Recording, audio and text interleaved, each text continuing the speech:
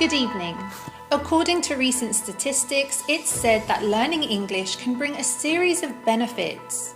Among them are improved and widened employment prospects, exploring the world with confidence, opening up a world of entertainment and popular culture, and believe it or not, it can even help you with your problem-solving skills. Today, we are going to learn English with news. In this lesson, we'll understand the vocabulary and structures they use, and you'll take a quiz to check your comprehension while seeing examples of news-related vocabulary from TV series and real events. The news is a great resource because no matter if it's art, celebrities, politics, or any other topic that interests you, you can find new broadcasts that you will enjoy. By watching the news, you improve your listening, boost your vocabulary, and expand your cultural repertoire to discuss the topic you like with actual English speakers. If you are new here and don't want to miss out on lessons like this that help you understand real English without getting lost, without missing the jokes, and without subtitles, then just click on that subscribe button and bell down below to join our community of over 4.8 million learners. Let's start with the word news itself. Generally speaking, news means information or reports about recent events. How would you complete this sentence? The news on channel 86.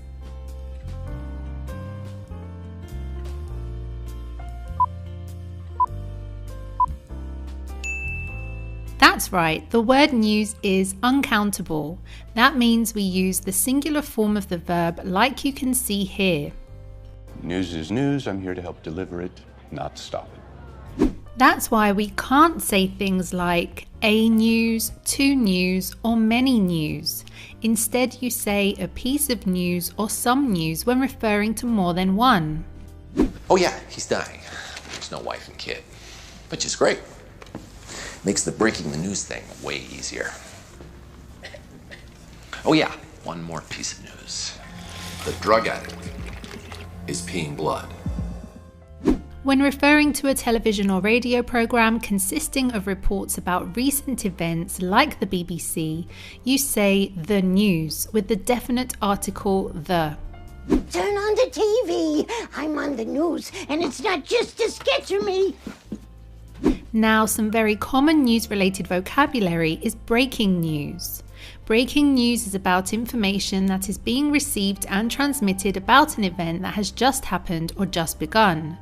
The anchor often announces it by saying, "This just in," when the breaking news arrives once the show has already started. We interrupt our scheduled programming to bring you this breaking news. Good afternoon. In the last several minutes, KOB has received dozens of reports.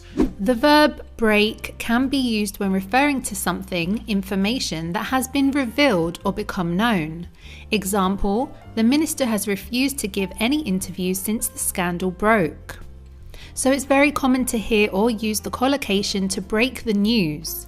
When you break the news to someone, you let them know about recent, usually unpleasant events. Here the reporter used an interesting adjective that is commonly heard on the news. Next to the fallout from that new bombshell documentary on Britney Spears, insiders are breaking their silence about it. If you describe a piece of news or anything related to that as a bombshell, it's unexpected and shocking. Okay, I don't know which I hate more.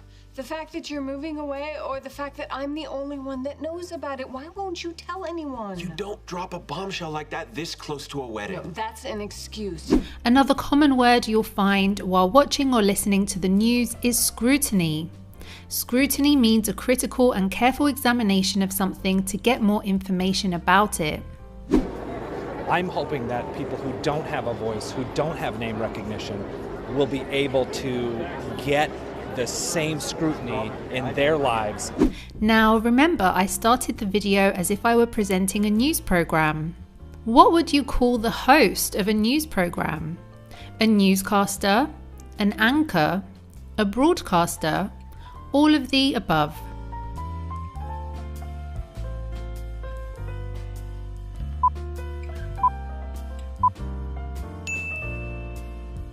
Ted, I'm so sorry. That's just terrible. I feel awful. You're smiling. Am I? No, I'm not. I'm a news anchor. Smiling's a part of the job. Thousands died in a tragic avalanche today. See? Another word widely seen and heard in the news world is correspondent.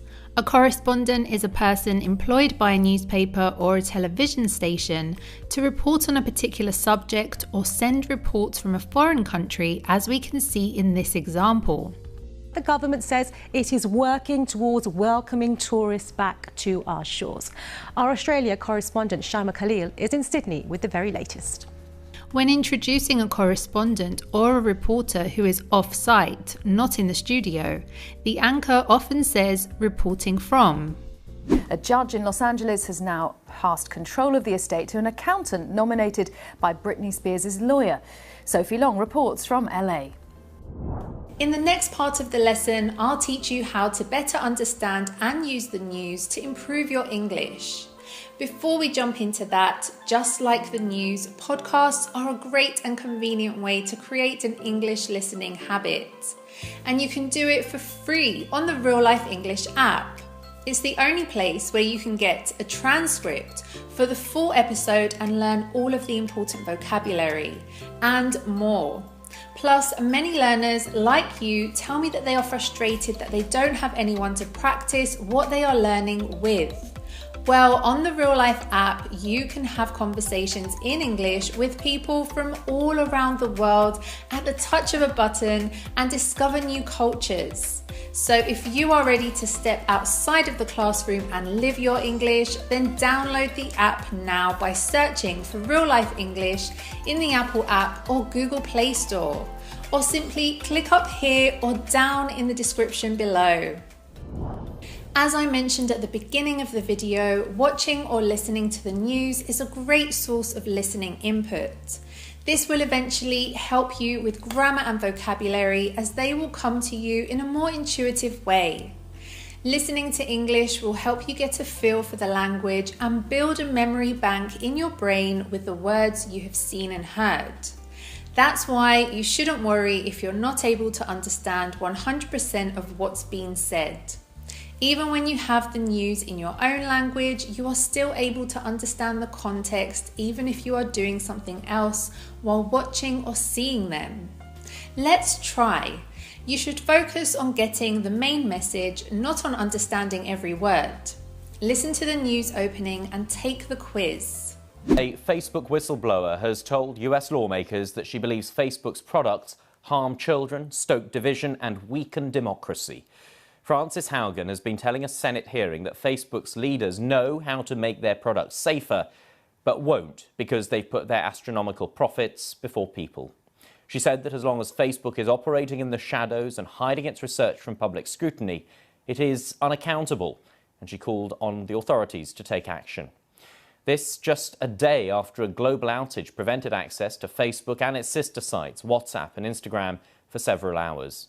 Billions of people were affected, showing just how dependent the world has become on a company that's under intense scrutiny.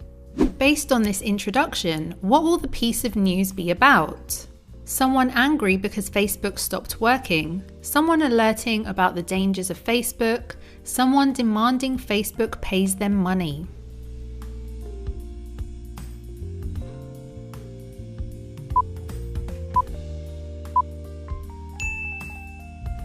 A Facebook whistleblower has told US lawmakers that she believes Facebook's products harm children, stoke division and weaken democracy. Frances Haugen has been telling a Senate hearing that Facebook's leaders know how to make their products safer, but won't because they've put their astronomical profits before people. She said that as long as Facebook is operating in the shadows and hiding its research from public scrutiny, it is unaccountable, and she called on the authorities to take action. This just a day after a global outage prevented access to Facebook and its sister sites, WhatsApp and Instagram, for several hours. Billions of people were affected, showing just how dependent the world has become on a company that's under intense scrutiny. It's important that you get the main message the first time you listen. Then you can start paying closer attention to the language. That's why my other tip to better understand the news is to look at the language used in most journalistic pieces. Understanding the passive voice is essential to getting the message. The passive voice makes things less personal as it focuses more on the action rather than on who did it. The event, known for spectacular and flamboyant costumes, was cancelled last year due to the pandemic. In terms of structure, it's quite simple. It's formed by the verb to be and another verb in the past participle. Check out these examples. Yolanda's community was also hit recently by floods in New York. Facebook, you'll know, is also used to sign into many other apps and services, so that caused this domino effect. Also, to protect journalists, sources and the news companies from potential lawsuits, the news reported often makes use of something called hedging or cautious language. These are words or phrases used to express uncertainty, probability or caution, such as verbs like seem, tend, appear to be, suggest, modal verbs such as may, could, would, words like allegedly, perhaps, to some extent. Now listen to 2 short clips from BBC News and try to identify where this cautious language was used. Lava flowing from the volcano that erupted last weekend on the Spanish island of La Palma. It has now destroyed around 200 homes. And there are fears now that when the lava hits the sea, it could create toxic gases and explosions. Our correspondent Dan Johnson reports now from La Palma.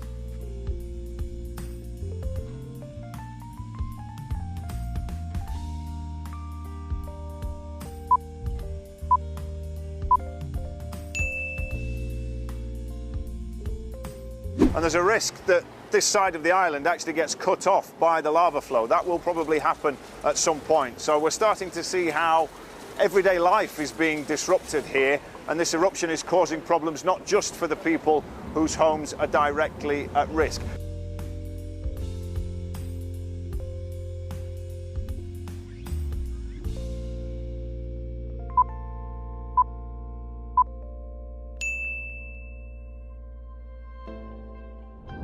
I hope you enjoyed learning all about the news today.